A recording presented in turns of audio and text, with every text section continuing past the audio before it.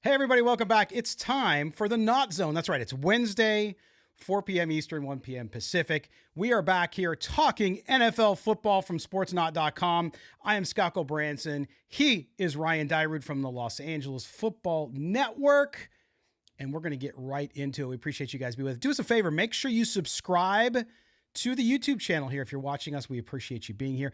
And put your comments down below. Tell us what you think.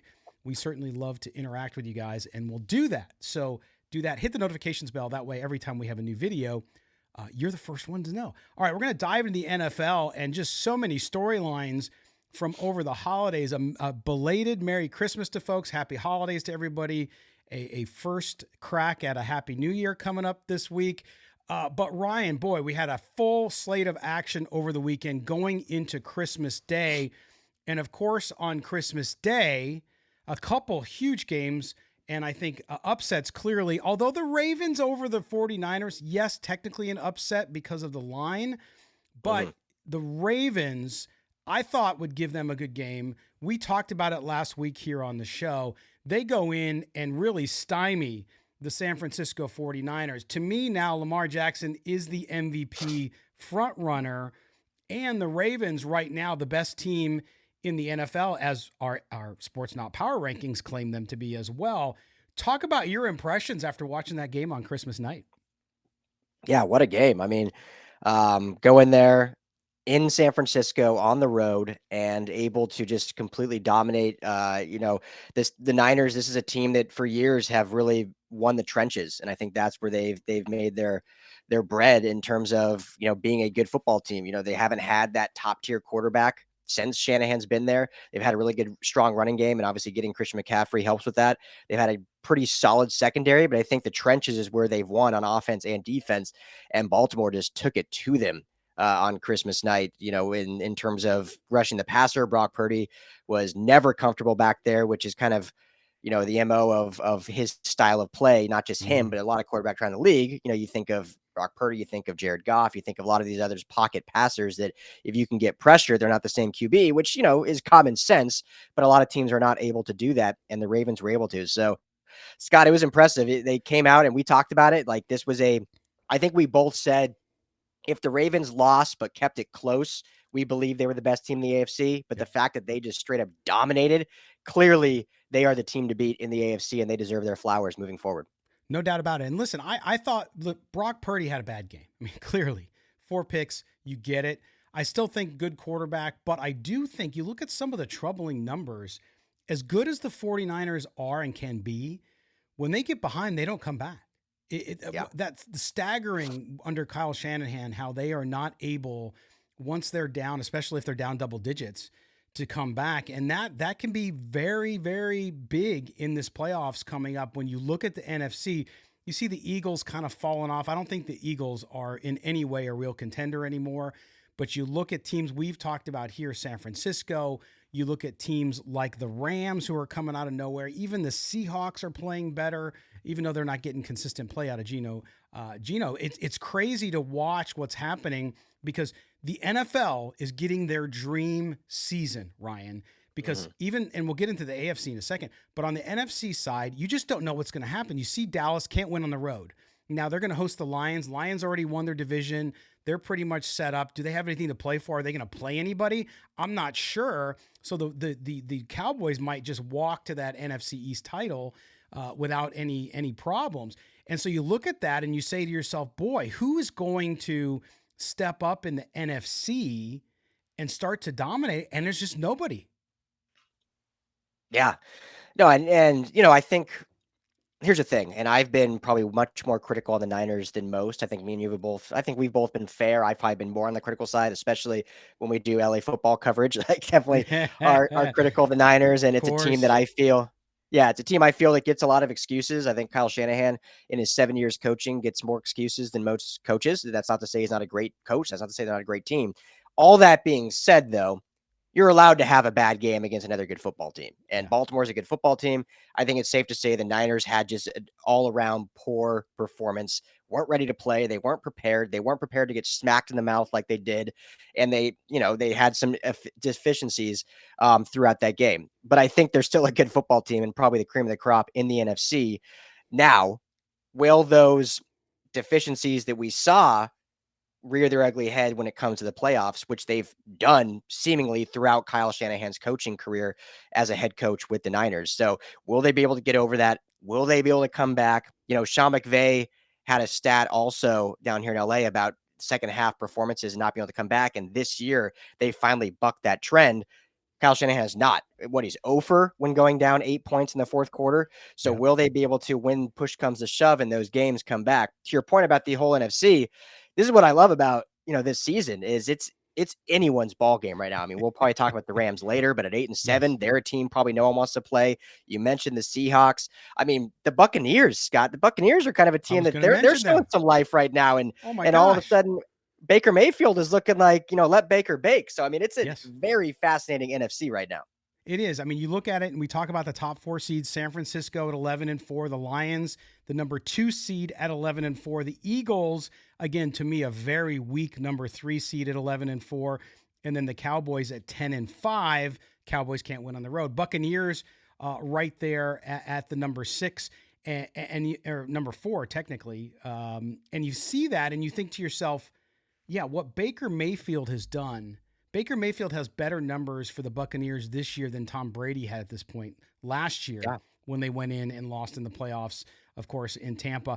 And then the Rams, and I talked to, you guys can go watch the interview that's up now from sportsnaut.com. I talked to the great legendary Hall of Fame writer Shireen Williams of NBC Sports, and she talked about how, hey, I rather play the Cowboys in the playoffs than play the Rams. I mean, that's how well they have hit on the draft picks, how well that Stafford is playing in as a quarterback. He's a top 10 quarterback, no question this year. And when he's able to do, and then the Seahawks, they're up and down, but those 3 teams, out of those 3, I definitely don't want to play the Buccaneers and the Rams. And I think at this point, the Rams and the Buccaneers both playing better, even if they don't have as much talent overall as the Cowboys or the Eagles. So it's going to be very topsy-turvy. We turn the coin to the other side and we look at the AFC. Clearly, the Ravens set themselves apart, now sit at 12-3. The Dolphins at 11-4 have the big win against the Cowboys at home. Their defense got better. Offense, back and forth. Jaden Waddle's now injured. You had Tyreek Hill come back and perform pretty well. A-Chain's back. They have the running game going again. But they got to finish out this next. They got to play Baltimore, and then they got to play Buffalo, in essence, which could be, if they lose to Baltimore, could be for the AFC East title. So on the AFC side, it's really tightening it up too, Ryan. Yeah, it really is. And, outside of Baltimore after that big win, as you mentioned, there's not really that dominant team that has put it all together. And, you look at the AFC West, which I'm sure we'll get into more, and the Chiefs, I don't think are. They're still a playoff team, but I don't think they're scaring anybody. The Broncos, who were so hot and had that just unbelievable loss to the Patriots that just cannot happen. Like when you look at their schedule with the Patriots, the Chargers, and the Raiders, you figured probably can win out. That Raiders game was going to be tough just because the Raiders have had their number as of late, and obviously the Raiders are playing well, which we'll get to too. But not to lose the Patriots, and then so they now fall to 7-8, and are they even truly in the race anymore? What can they do? So it's it's a close battle. Who's gonna separate themselves? I don't know if anyone's actually gonna separate themselves. I think you'll basically have the Ravens and then everyone else after that, because you look at the Jaguars now have faltered. The Colts have a bad loss. The Texans haven't had their quarterback. So all these teams that 3 weeks ago were like, oh, here's the up and coming teams in the AFC. They look really good. Well, now they've all kind of fallen back down to what they were to start the season.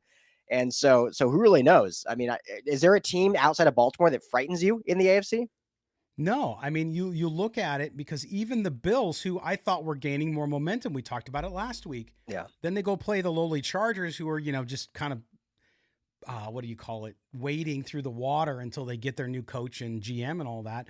And they don't play that great on the road. Granted, it was on the road.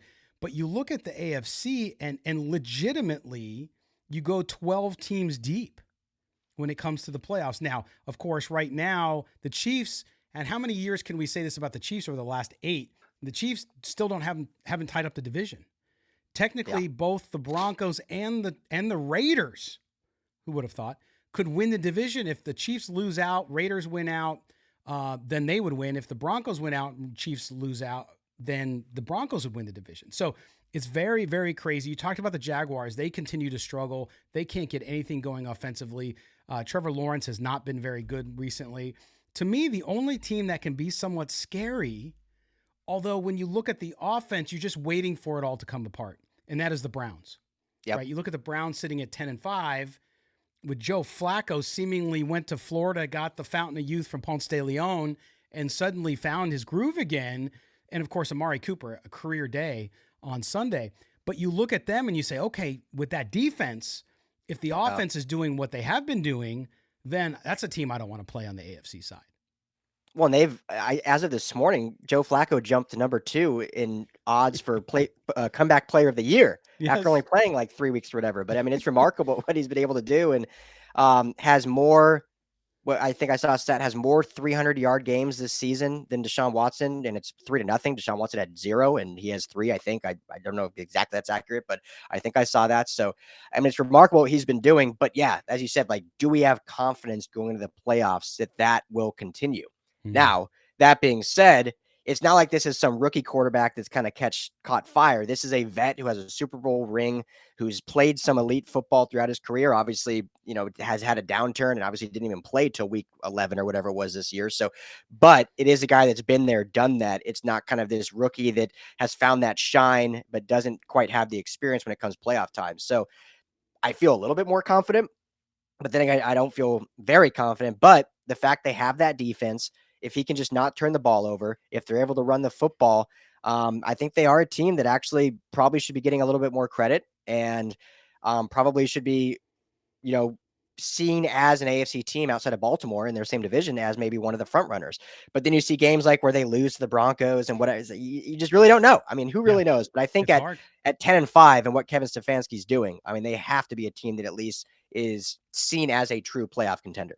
Yeah, and to me, it all comes back, and we've talked about it many times, Ryan, you and I, which is quarterback play, right? So then you got to look at the Bills sitting right now at the number 6 seed with Josh Allen, too. I mean, look, I know they have their issues as well, but anytime you have a quarterback like that, just a guy who is a generational type of guy, it's hard to count them out, especially when they get in the playoffs. And right now they're sitting at an 87% chance of locking up that six seed or even moving a little bit higher.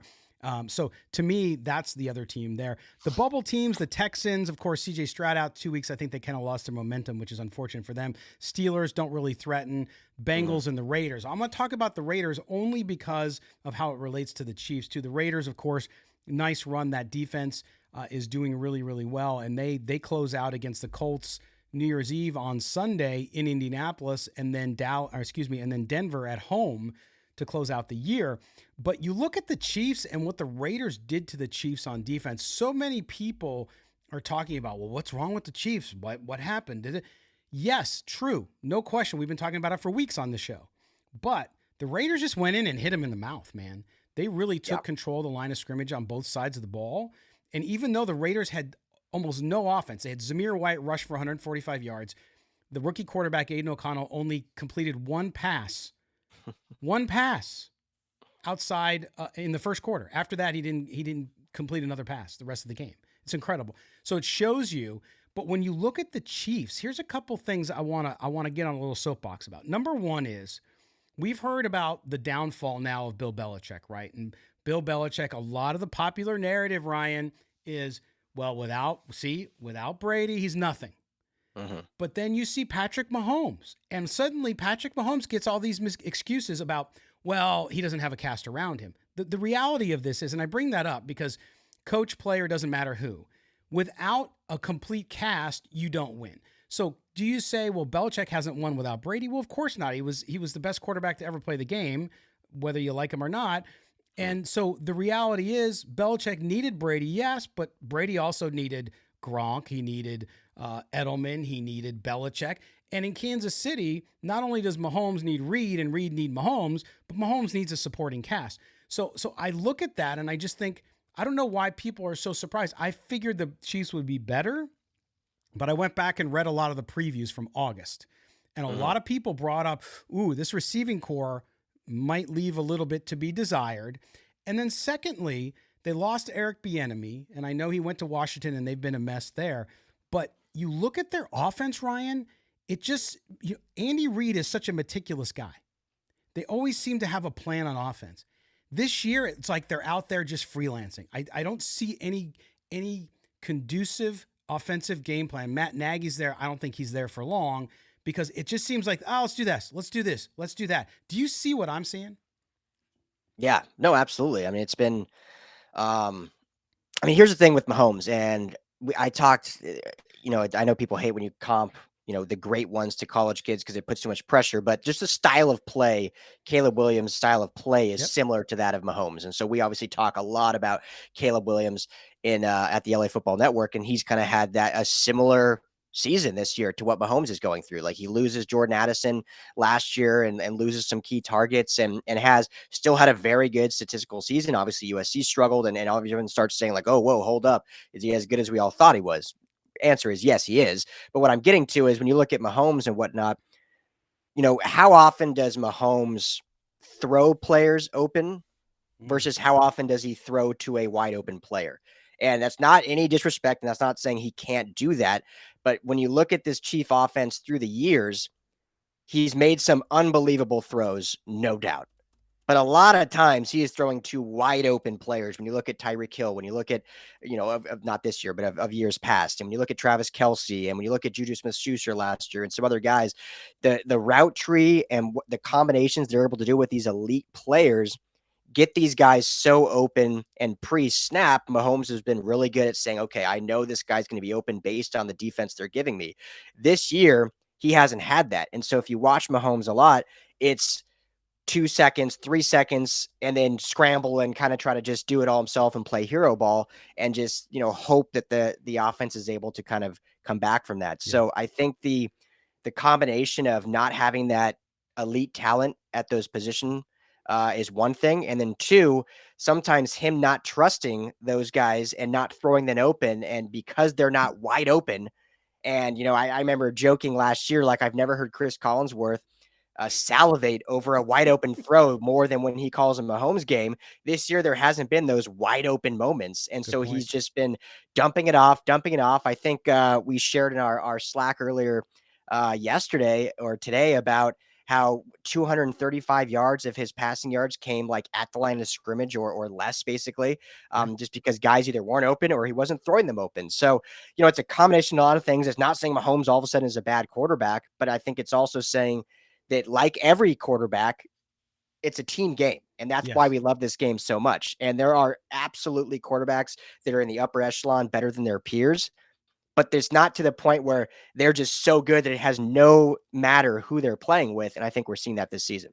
Right. And that's what I always say is a lot of people will say, hey, listen, wins are not a quarterback stat. I agree and disagree. I mean, listen, I think you look at a quarterback and you have to look at the totality of the work. You have to look at their individual stats. You have to look at the team results, right? It can't be one or the other. You can find quarterbacks. I covered Derek Carr for 7 years. You see Derek Carr, great numbers, didn't win anything, right? You saw even down in Los Angeles when you had Phillip Rivers down there, huge numbers, Hall of Fame numbers. Did they win anything? No.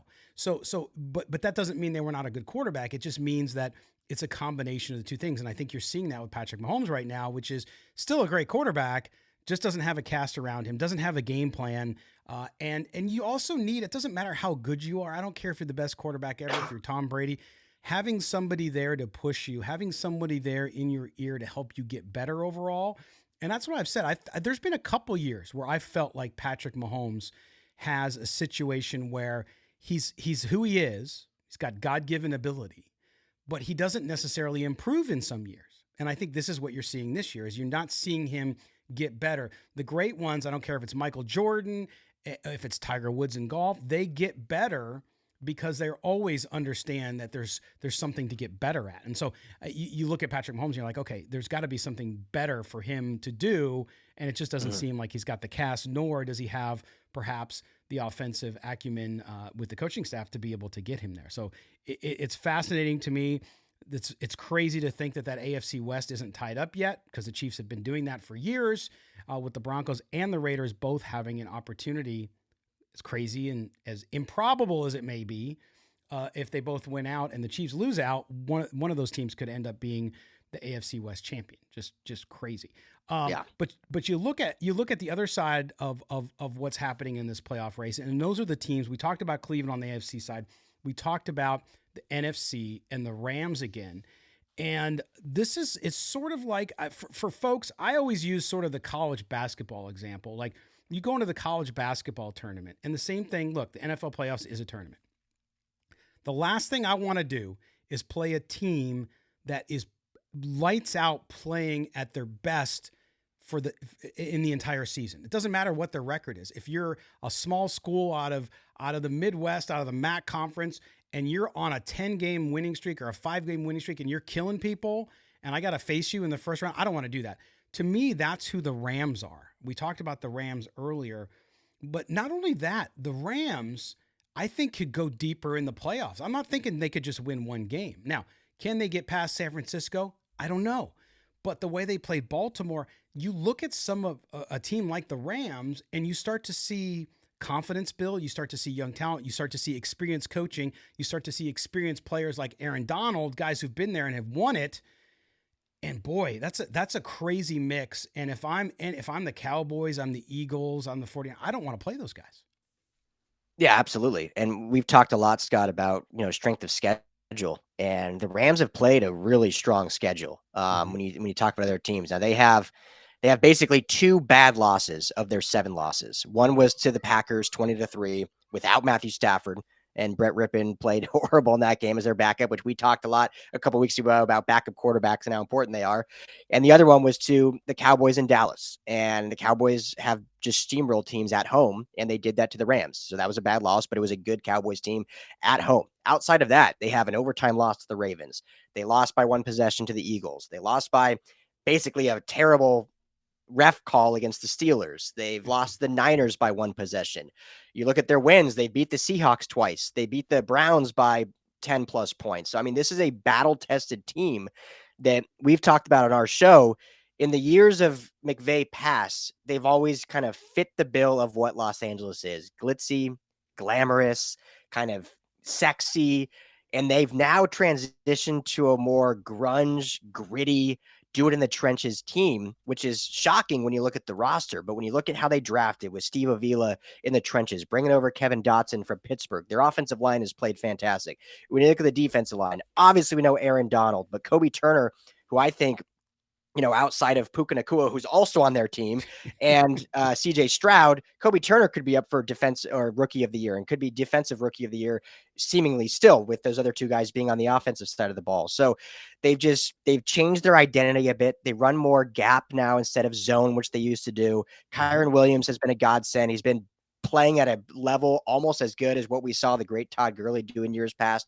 So I know I'm ranting a bit now, but I think they're a team that is really playing well.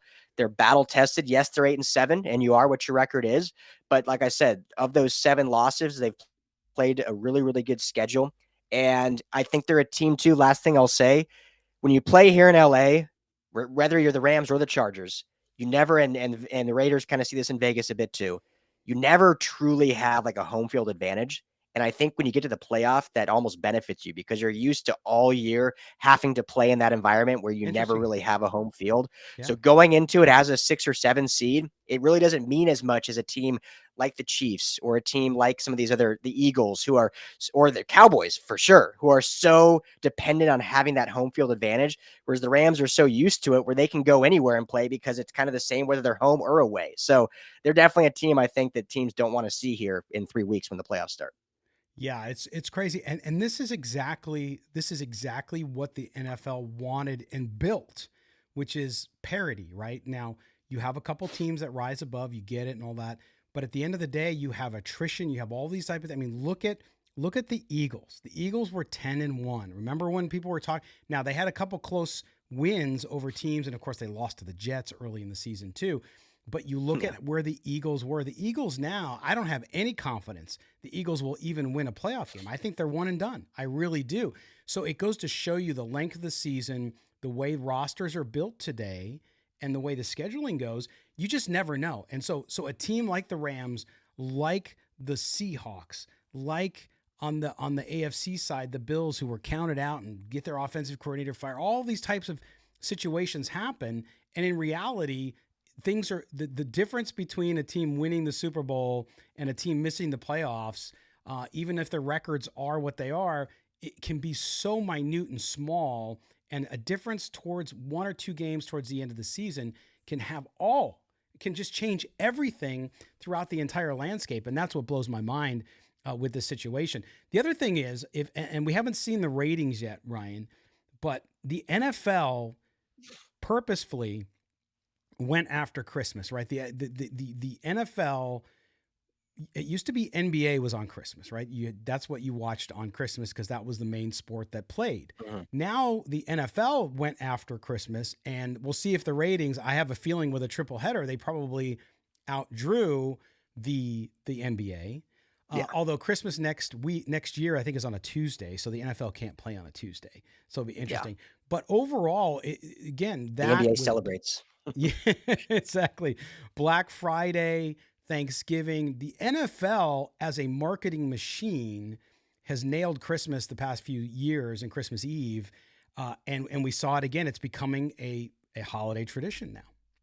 Yeah. I mean, just a juggernaut. I mean, even the matchups going into the week, like preseason, the matchups looked great, right? When you're like, oh, Broncos, Patriots, when you see, I mean, obviously Niners, Baltimore, but even the Eagles and Giants, and they all looked, Oh, yeah. but then going into the week is like, oh man, we got some snoozers when you look at the records. And actually all of them turned out to be great games. I mean, that Broncos Patriots game started off 7-3 at halftime and ended up with a walk-off 55 field goal after the Broncos came storming back. You look at the Giants Eagle game, you replace Tommy DeVito with Tyrod Taylor, and they come back and make it interesting. And the worst game of all of them was the Baltimore Niners game. I mean, that was the Yes. blowout of them all, which is fascinating. So yeah, the NFL is a juggernaut. It always will be. You know, when leagues have to make an in-season tournament to try to help their ratings, like the NBA did, the NFL is obviously way above the rest. So it's pretty fascinating. If you don't mind, Scott, I got two more for you. I don't know Yes. if you had anything else before we wrap the show up. No, let's go. Keep One going. thing quickly. One thing quickly is more of just a statement, and then I have a question for you as our Raiders expert. One, and I'm just curious your thoughts on this. To me, the perfect fit for Brandon Staley, because he will seemingly be a former, for those that don't know, former head coach of the Chargers who was just fired. Most likely he will be a DC again next year. I know some people are saying, oh, he fell off so bad, he's going to have to go back to be a position coach or blah, blah, blah. I think he'll still get a DC job. To me, the Eagles is the perfect fit for him. His family, actually, I don't want to get too deep, but he has family in the Philly area. His brother lives in Philly. Him and Sirianni seem like a perfect mesh. That kind of like, I think Sirianni exudes it much more, but Staley kind of has that cocky ego a little bit that obviously there's been reports about that he had maybe too much of. I necessarily don't totally agree with that, but that's been out there. To me, that seems like, and they've obviously demoted Sean Desai, and we're not really demoted in terms of title, but in terms of play calling, they've brought someone else in. So to me, that seems like a perfect fit if the Eagles don't go on and win the Super Bowl, of bringing in Brandon Staley as their DC. What do you think? Yeah, I think so. And that's the thing. You have guys who do great jobs in certain roles. We saw Brandon Staley not do well as a head coach. We saw it in Vegas too. You mentioned the Raiders, Josh McDaniels, all those years with the Patriots and the offense. Oh, well, it was all Tom Brady again. We'll get back to that. But nonetheless, he was able to be successful at that. And nothing wrong with that. It's a different job. It's a different job. So seeing Brandon Staley in Philadelphia would make a lot of sense. He had that success with the Rams. Clearly, that's how he got the job with the Chargers. And so you got to figure the guy's not going to be shut out of the league, maybe as a head coach for a while, but as a DC makes a lot of sense, especially you look at that Eagles defense. They have a couple little holes here and there, but man, the defensive front is strong. Of course, they got DeAndre Carter this past year. They are strong up there. And so to me, they're underperforming. And we saw them go to Matt Patricia, of course, to call the plays, which is a really odd thing. You didn't need to announce that publicly. I think that was hey, Nick Sirianni telling, and I forget his name now, the defensive coordinator. Sean Desai. John Desai, that's right. Thank you. Saying basically, yeah, you're on your way out. Like, this is the last season, so you better start putting your resume out. So I think they're going to have a change there anyway, and I don't see Patricia being the guy there either.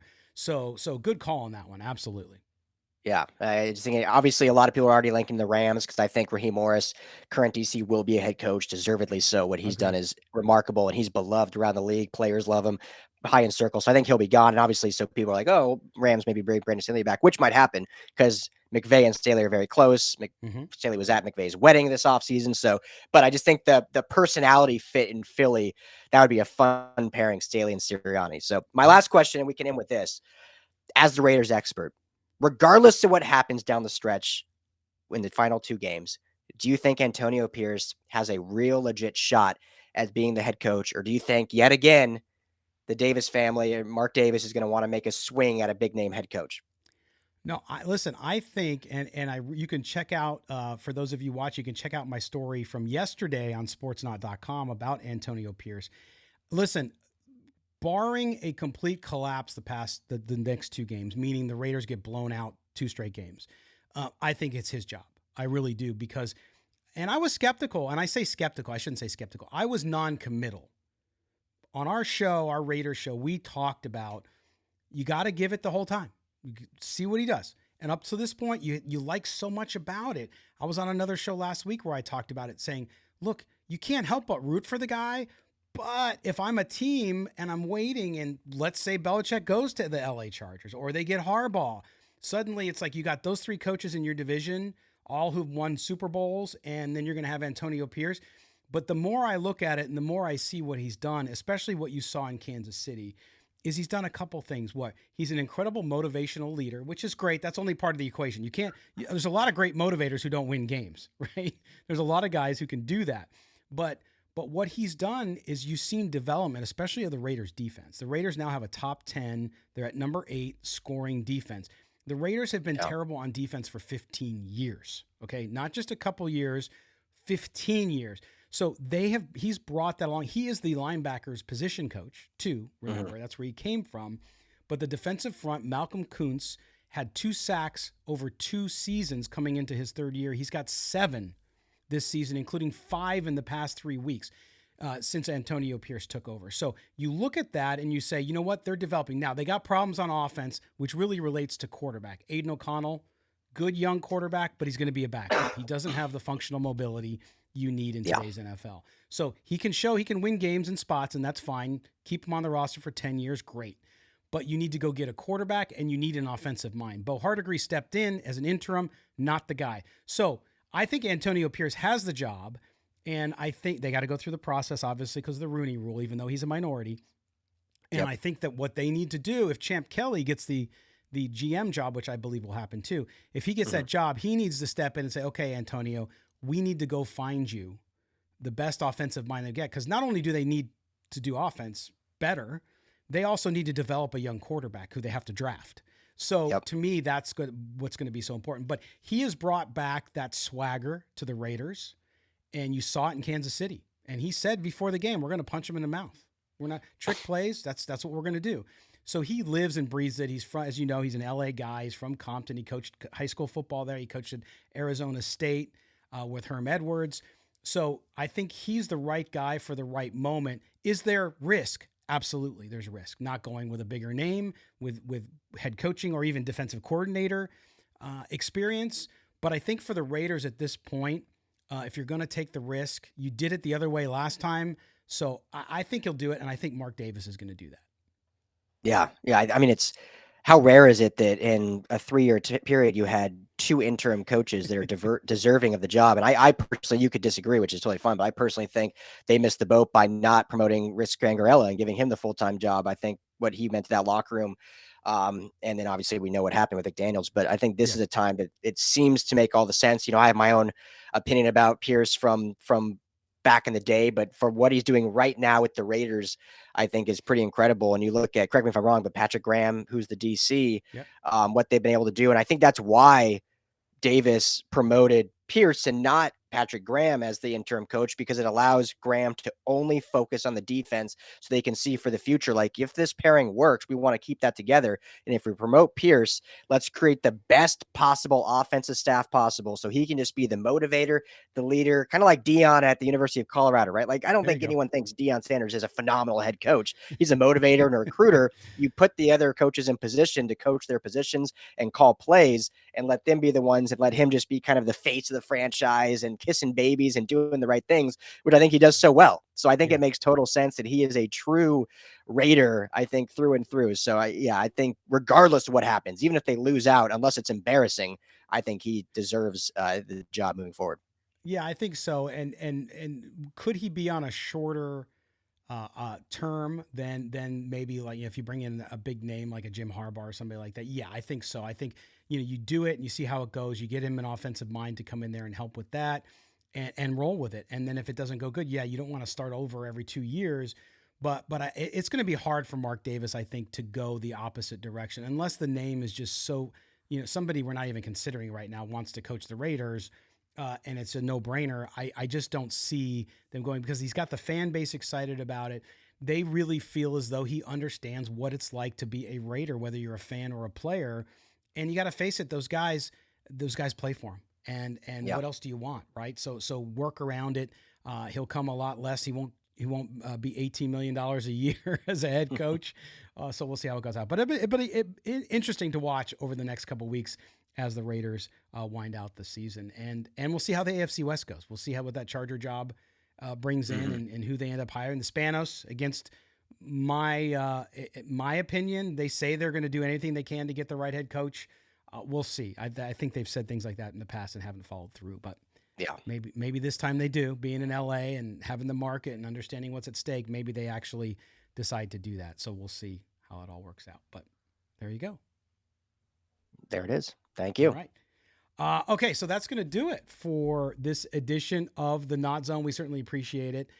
You guys being with us. Do us a favor. Make sure you subscribe to the channel, and we will be back next week. We'll be live here talking about Week 17. Some good matchups, of course. Dallas and Detroit. We'll see how that one goes. The AFC continues to be just a crazy, crazy thing. So we'll see you next week in the new year. Ryan, it's going to be 2024, man. Crazy. The years always go by so fast. Every year goes by faster. So unbelievable. Looking forward to it. It's going to be a big year. It does. Absolutely. Do us a favor. Make sure you follow Ryan on the X, on x.com, at Ryan Dyrud, LAFB. You can follow me at LV Gully. The show is at the NautZone. And of course, follow Sportsnaut. All your NFL news, you can hook up to all the different sites up there at sportsnaut.com. For everybody here, have a great week. Happy New Year to everyone, and we will see you next time.